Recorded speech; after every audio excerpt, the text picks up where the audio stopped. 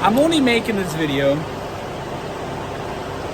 because I only found one or a couple videos, but actually one or two. Yeah, two. This is my 2017 F150 Raptor. I am going through all the stuff that should have been addressed from the get-go, but I got the cam phasers, guides, timing chain. I got all that done already. Got all the basic stuff done out of the way, but now the oil pressure sensor or switch, whatever they call it. But I'll show you where it's located on these trucks. Because these trucks, they're a little different than every other F-150 in this generation. So I'll show you. So this is what we swapped out. It's got like a little clip right there.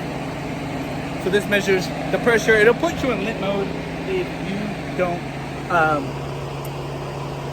it puts you in lit mode and you can't accelerate quick enough, etc.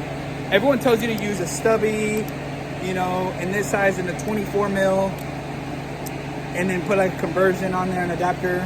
But this does not even fit in the Raptors or anything with a 4-wheel drive. Okay, okay, do that. So do away with that.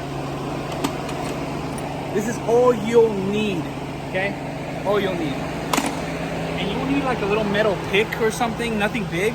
But I happen to have this little detailing sponge, and I used the back side of this, so I was able to get the clip, the slide clip with this. So, yeah. But I'll show you where it's at. So you get a little stubby crescent, and let's see if you can see. So you kind of lean, you kind of put your chest onto this end. It's right there. You see that little silver thing? I don't know if you can see it. It's right there. So I just replaced it. It was drenched in oil. I think that's what caused it to fail. It's right in between the turbo. So with that little crescent, you should just be able to turn it. I mean, it's tough. It is tough. And that's it. So like that, you don't have to remove any of this stuff. I literally got away with not removing any of that. So a handy dandy little headlamp, because like that you'll need to throw it on your head every once in a while. But then that's it. That's all it looks like.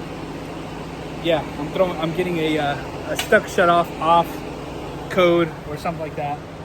But yeah, hope this video helps. Peace.